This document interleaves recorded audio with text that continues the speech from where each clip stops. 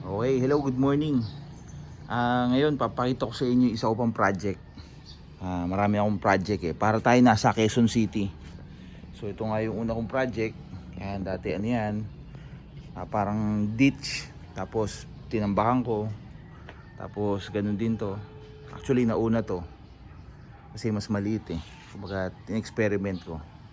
At yung pangalawa, ang gagawin ko dito, puro mga gulay-gulay. Yan, lahat ng makakain.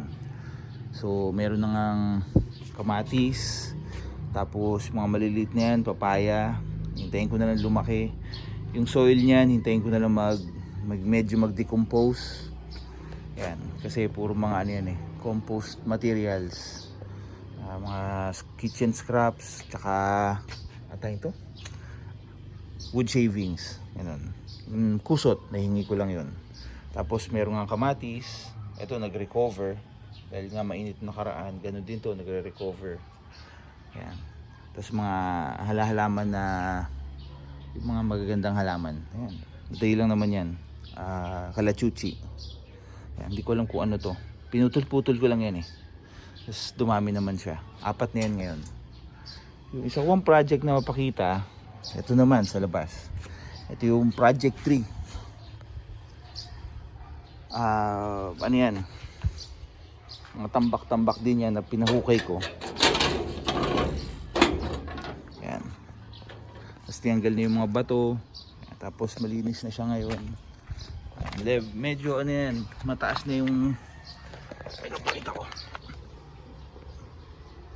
Halata ba? Hindi mahalata. Anyway, mga ganyan kakataas yan. Yan, ganyan kataas. Mula dito hanggang sa ganyan.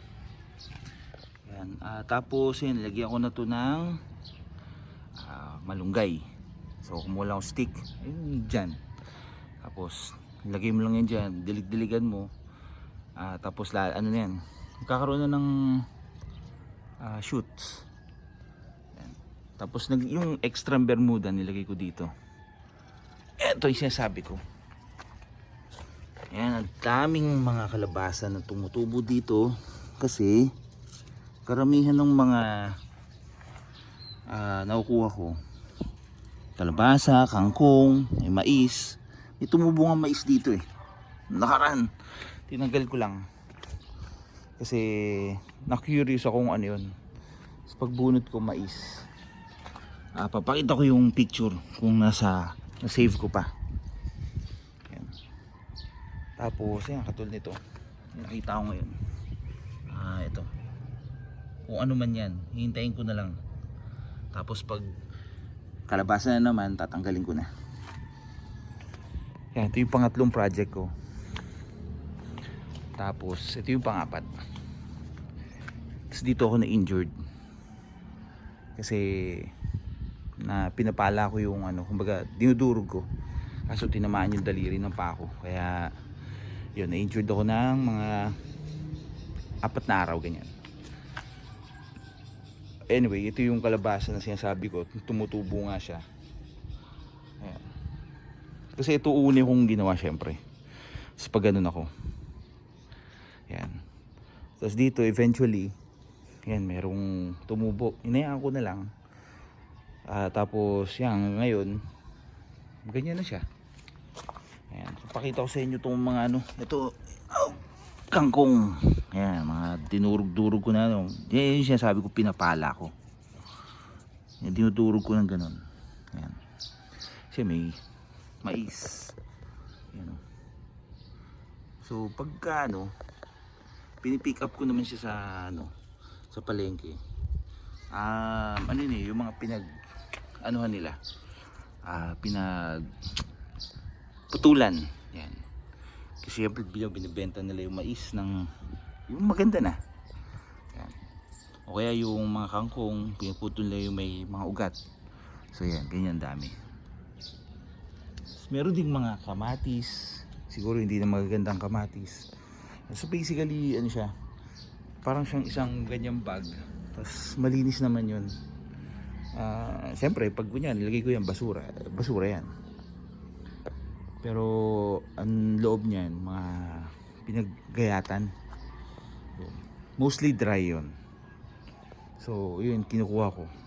Tapos lalagay ko sa bahay, tatapon ko lang dito, tapos didiktikin ko para maging siksik. Tapos yan ah. So ito, yan, mahaba na siya. Tapos ito kasi ay sand. Kasi nung hinukay ito, tapos pinabistay ko. Sinift, yan. So ang daming mga buhangin.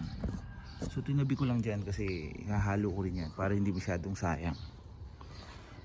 Kaya pag nilakad mo to, ay good morning, pag lumakad ka dito medyo parang bumabaon yung paa mo kasi loose nga masyado. So ito yung pangatlong project, yun yung pang-apat. Yan, yan si bahay namin. Yan. So ito yung lalagyan ko ngayon ng tanim. So meron ako kasi mga pinya, nakalagay talaga yun dyan dati pinya, tinanggal ko lang kasi nga pinahukay ko. Tapos ngayon lalagyan ko siya ng mga trimmings na ano, teka, ito ano to eh, cord, kaya maluwag. Zoom ko. Yan, yung halaman na yan, yan. Kumuha lang ako dyan mga putol-putol. Ito kasi ano to eh, ayan, cord nga yan. So pumutol-putol lang ako ng mga ganun. Actually may nagbigay sa akin, yung kapitbahay namin doon sa dulo. Ay ano, yan. Tapos di ko pa naman kailangan nun, lagay ko lang muna sa tubig yung iba. Tapos yung mga dalawa nagano siya, nagkaroon ng roots. Tapos eventually nagkaroon ako interest. Yan, nanghingi ako doon. Yung tatanim ko dito, yan, dyan. Tapos itong halaman na to, lalagay ko na yun dyan sa gitna nito. Yan, saka busog tayo. Banda dyan, lalagay ko dyan sa gitna. Tapos dito yung halaman na nga na yun, para magiging parang bushes. Tapos hayaan ko lang yun dyan, malunggay, meron din sa loob. Tapos dito tataniman ko ng mga pinya. Speaking of pinya, ito pala yung pinya ko. Yan. Yan yung matagal ko nang natanim. Tapos tanyo ngayon, ay, nakakatusok lang tong ano, masyado siyang ano, serrated. Ayan, serrated, hindi ko alam sa Tagalog yan. Yung ayan, tusok-tusok. Ayan, ito yung pinya. So yan yun. Yan, lemon, poncan. Nga pala, meron akong kangkong. Ito yung mga ayan. So pag nakatayo ka dyan, dyan ka lang tatayo. Yan, dyan ka lang tatayo. Magka-harvest ka dyan. Kangkong, kalamansi. Tapos tataniman ko nga siya ng ano dyan, okra. Ayan. Tapos mga kamatis. Ito may sili. Tapos yan, ito kamatis at talong. Tapos naka-ready na. Tapos meron akong ayan, oh, kangkong. Nilagay ko lang dyan, pinutol ko. Ano tayo eh, ayan, parang ganyan, oh. Yan, ito yung mga isa sa mga nakukuha ko. Tapos titrim ko lang yan. Kasi lalagay ko lang dyan, ganyan. So pwedeng ganyan pala siya. Lagay ko dito to para mainitan. So pwede palang ganyan. Tapos magaan na siya, sprout. Yan.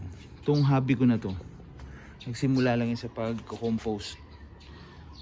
Mahabang story yan sa sunod na. Anyway, compost. Tapos yun yung ginagamit kong parang soil. Yan. Tapos hanggang sa sabi ko, gawin ko kaya dito sa mga to. Tapos ginawa ko nga yun. Ito ay ginger. Yan. Meron yan ginger sa ilalim, syempre. Dalawa yan eh. Yan. Tapos nagganyan na siya. Magkakaroon na siya ng shoot. Tapos yung ginger kasi ano yun, nagapang lang yun. Tapos mismo yung ugat, yun yung ginger. Tapos ito nga ay ponkan ulit, kiat-kiat. So ito yung isa ko pang mga tatanim. Pinya, pinya. 4. Tapos ito pa, ito yung nakalagay dati dun na tinanggal ko. Ayan, pinya. Ayan. So ito na lang ilalagay ko dun kasi kailangan ko na yung compost. Pag halu-haluin ko na yung compost, tapos gagawa ito ako ng compost. Tapos yun yung parang pataba ko sa mga pots. Ito ay onions. Ayan, onion. May mga nakukuha din akong onion sa mga bags na nakukuha ko. Tapos tatanim ko lang. Ngayon ganyan na siya. Tapos hindi pa ako nakakakita ng nagfa-flowering na onion. Pero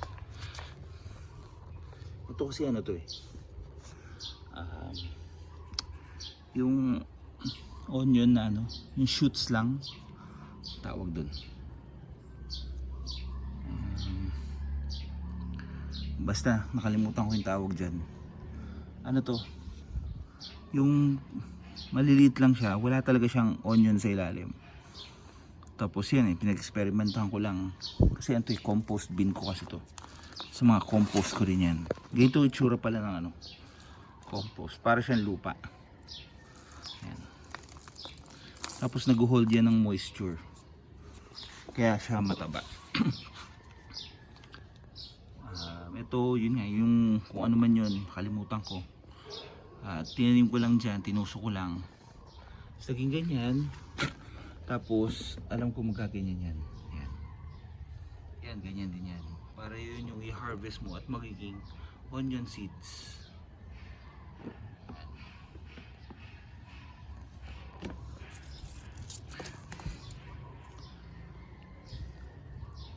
Iba nga parang mamatay na eh. Okay lang.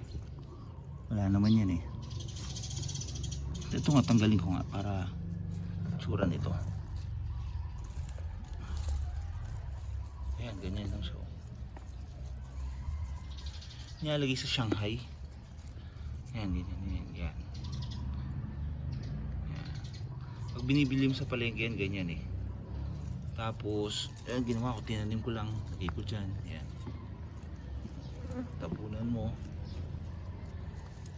Ayan, tumubo na. Ito nga oh, parang merong tumutubo ulit na parang ganyan oh. O, diba? So pagka ito pala yung lalagay ko sa labas. Yan. Ito yung sinasabi ko na nilagay ko muna sa tubig. Kasi hindi ko naman kailangan noon. Yan. Anyway. So yung sa labas yung gagawin ko. Yun na yung papakita ko. Set up ko lang dito itong cellphone para makita nyo kung gaano ako kasipag. Tsaga-tsaga lang talaga to kasi pag pina-landscape mo lahat to yan. Yan talaga hindi ko pa tinatapos kasi nga sabi ko nga lalagyan ng grotto, tapos tiles yun dun sa dulo. Ayan. Kaya hindi ko talaga nilalagyan yan. So ito, pag pina-landscape mo yan, yun nga minsan parang nasa 30, ganyan, 40. Hindi pala mura magpa-landscape. So ako na nagawa niyan. Tapos ganun ito, hindi naman kailangan i-landscape to kasi mga tanim-tanim nga dyan na makakain. Yun. Tapos yung nasabi ko nga nung nakaraan, magiging nga parang tong orchard, mga ponkan yan. Kasi nilagay ko na dito yung kalamansi. Yan, kalamansi. Ayan, may mga bunga na siya. Ayan, may isa. Marami yan. Ayoko na lang lumapit ulit. So nakikita ko 1, 2, 3, 4, 5, 6, 7, 8, 9, 10, 11, 12, 13, 14, 15, 16, 17, 18, 19, 20, 21, 2, 3, and 4. So nakikita ko siya sa angle na to 24, 25. Ayan, ito na, ayusin ko na to.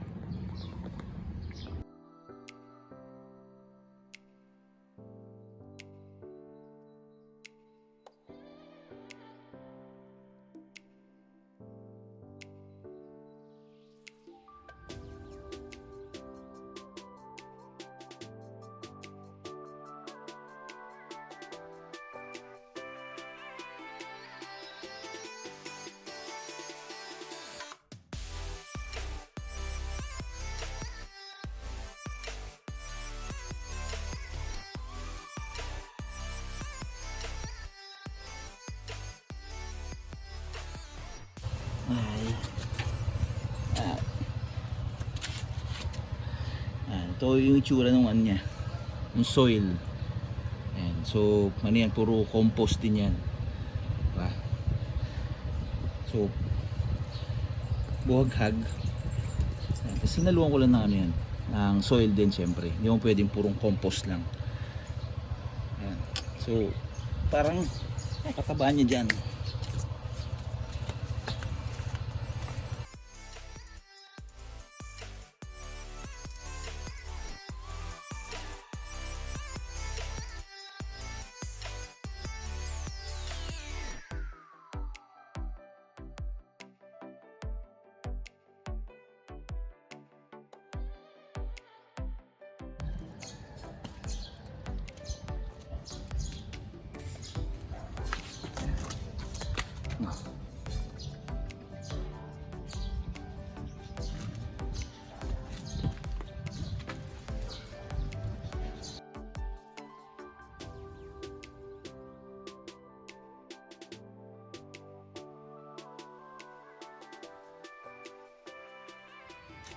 Ayan, so ito na yung itsura niya.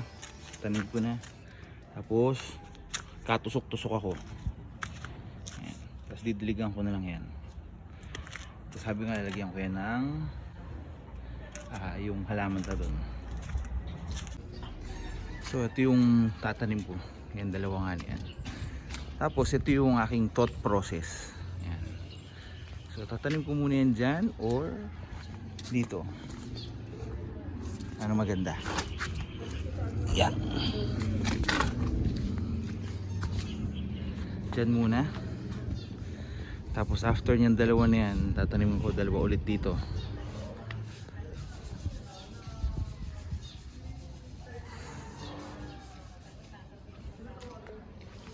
Itsura niya. Or loob-loob muna. Yan, tsaka dito. Yan. Ayan, gaya muna.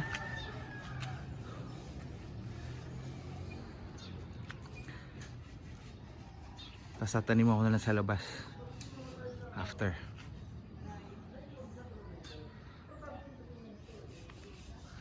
Yan na lang siguro muna. Kasi meron muna ako naka-ready doon. Para hindi ako mahirapan. Sige, ganyan muna. So ito na yung final ngayong araw na to. Nabutin ako ng mga isang oras na siguro. Yan. So ang aking project 3. So pinya 6. So ito hindi ko alam. Tapos yan, tsaka yan. Monitor ko na lang. Okay. Bye bye.